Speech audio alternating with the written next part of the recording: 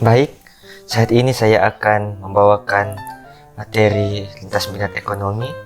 Nama siswa Clay Daniel Jonathan Masud, kelas 10 MIPA B, nama sekolah SMA Advent Kampasel. Mata pelajaran lintas minat ekonomi, tugas akhir semester, materi peran pasar dalam perekonomian. Guru mata pelajaran Zarega Diosik SEMPD. Perbedaan pasar abstrak dan pasar konkret.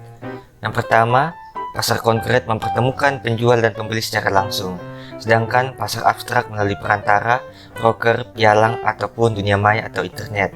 Yang kedua, pasar konkret memenuhi hajat hidup orang banyak, terutama rakyat kecil. Sementara pasar abstrak biasanya hanya untuk kalangan tertentu saja. Perbedaan yang ketiga, cara pembayaran atau transaksi yang dilakukan di pasar konkret dilakukan secara langsung oleh penjual dan pembeli, sementara di pasar abstrak melalui perantara atau dengan cara transfer uang. Ciri-ciri pasar konkret. Ciri-ciri yang pertama, wujud pasar konkret nyata dan dapat dilihat secara kasat mata. Yang kedua, pelaku ekonomi yang terlibat di pasar konkret dapat dilihat secara nyata. Maksudnya ada penjual yang sedang menawarkan barang dagangannya dan ada pembeli yang ingin membeli barang dagangannya. Ciri-ciri yang ketiga, barang yang diperjualbelikan di pasar ini juga terlihat nyata. Misalnya, ada sekarung beras yang akan dijual oleh pedagang beras. Sementara ciri-ciri pasar abstrak.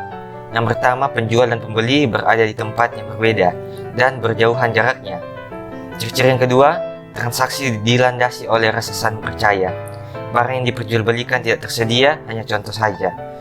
Selanjutnya, transaksi dilakukan dalam partai besar. Kelebihan pasar konkret dan pasar abstrak. Kelebihan pasar konkret, pembeli dapat melihat langsung benda yang dijual, bahkan mencoba terlebih dahulu. Kelebihan pasar abstrak tidak terhalang oleh jarak sehingga dapat dilakukan pembeli dan penjual yang saling berjauhan. Kekurangan pasar konkret dan pasar abstrak. Kekurangan pasar konkret adalah pembeli dan penjual mesti bertemu untuk melakukan transaksi sehingga jarak akan menjadi penghalang. Kekurangan pasar abstrak adalah proses transaksi yang lebih rumit, pembeli tidak dapat melihat atau mencoba langsung barang yang akan dibeli. Ada 4 jenis pasar. Yang pertama, pasar persaingan sempurna. Yang kedua, pasar monopoli. Yang ketiga, pasar oligopoli. Dan yang keempat, pasar monopolistik. Mari kita bahas satu persatu. Yang pertama, pasar persaingan sempurna. Pengertian pasar persaingan sempurna adalah sebuah jenis pasar dengan jumlah penjual dan pembeli yang sangat banyak, serta produk yang dijual bersifat homogen. Ciri-ciri pasar persaingan sempurna terdiri atas penjual dan pembeli yang banyak. Selanjutnya ada kebebasan untuk membuka dan menutup perusahaan, free entry and free exit. Dan ciri-ciri yang ketiga, barang yang diperjualbelikan bersifat homogen. Ciri-ciri yang keempat, penjual dan pembeli memiliki pengetahuan yang sempurna tentang pasar. Dan ciri-ciri yang kelima, mobilitas atau perpindahan sumber ekonomi yang cukup sempurna. Kelebihan dan kekurangan dari pasar persaingan sempurna adalah: kelebihan yang pertama, persaingan sempurna tidak memerlukan adanya iklan karena jenis barang, kualitas, dan harganya hampir sama.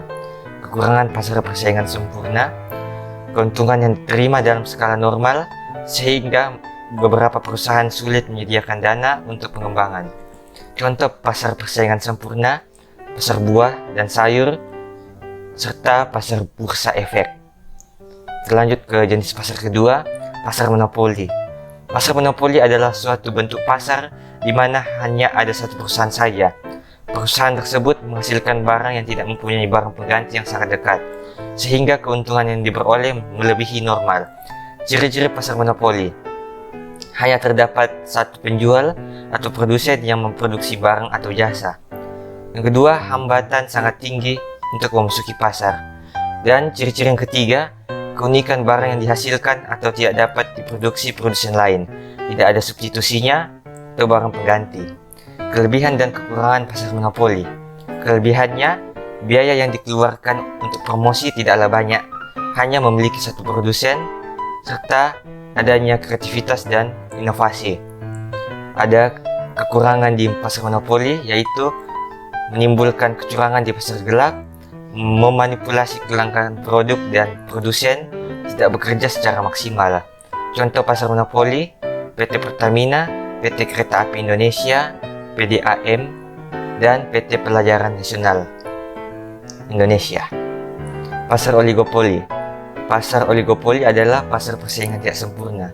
Disebut demikian karena di dalam pasar tersebut, jumlah produsen dan pedagang tidak sebanding dengan jumlah pembeli atau konsumen. Ciri-ciri dari pasar oligopoli, terdapat banyak pembeli di pasar dan hanya ada beberapa penjual. Produk yang dijual bisa bersifat homogen, bisa juga berbeda. Ciri-ciri yang selanjutnya, terdapat hambatan untuk memasuki pasar. Berikutnya, adanya saling ketergantungan dan penggunaan iklan sangat intensif. Kelebihan dan kekurangan pasar oligopoli. Kelebihannya, konsumen dapat memilih produk sesuai dengan keinginannya, karena pasar ini menyediakan banyak pilihan. Kekurangan dari pasar oligopoli, produsen baru akan kesulitan untuk masuk ke pasar ini, karena persaingannya sangat ketat. Contoh, operator telekomunikasi, industri kendaraan bermotor, dan industri semen. Berikutnya, pasar monopolistik. Pasar monopolistik adalah pasar yang terdapat banyak produsen yang menghasilkan barang serupa namun memiliki corak yang berbeda-beda, di mana pasar ini baik penjual dan pembeli mempunyai kemampuan untuk menetapkan harga suatu produk. Ciri-ciri pasar monopolistik memiliki jumlah produsen yang sangat banyak, adanya diferensiasi produk, dan masing-masing produsen bersaing dari segi kualitas, harga, serta cara pemasaran produk mereka, dan produsen bebas keluar masuk ke dalam pasar. Kelebihan dan kekurangan pasar monopolistik. Kelebihannya, produsen dapat memperoleh keuntungan lebih besar dan memacu inovasi dan kreativitas dari produsen. Sementara kekurangannya, biaya untuk memasuki dan menguasai pasar monopolistik mahal. Iklan, promosi, uji kualitas produk, dan adanya persaingan ketat antar produsen. Contohnya, pada pasar air mineral, ada banyak produsen yang memproduksi air mineral, seperti Aqua, Fit, Le Mineral, Prima, ataupun Nestle. Oke, itulah pembahasan materi dari saya. Sekian dan terima kasih.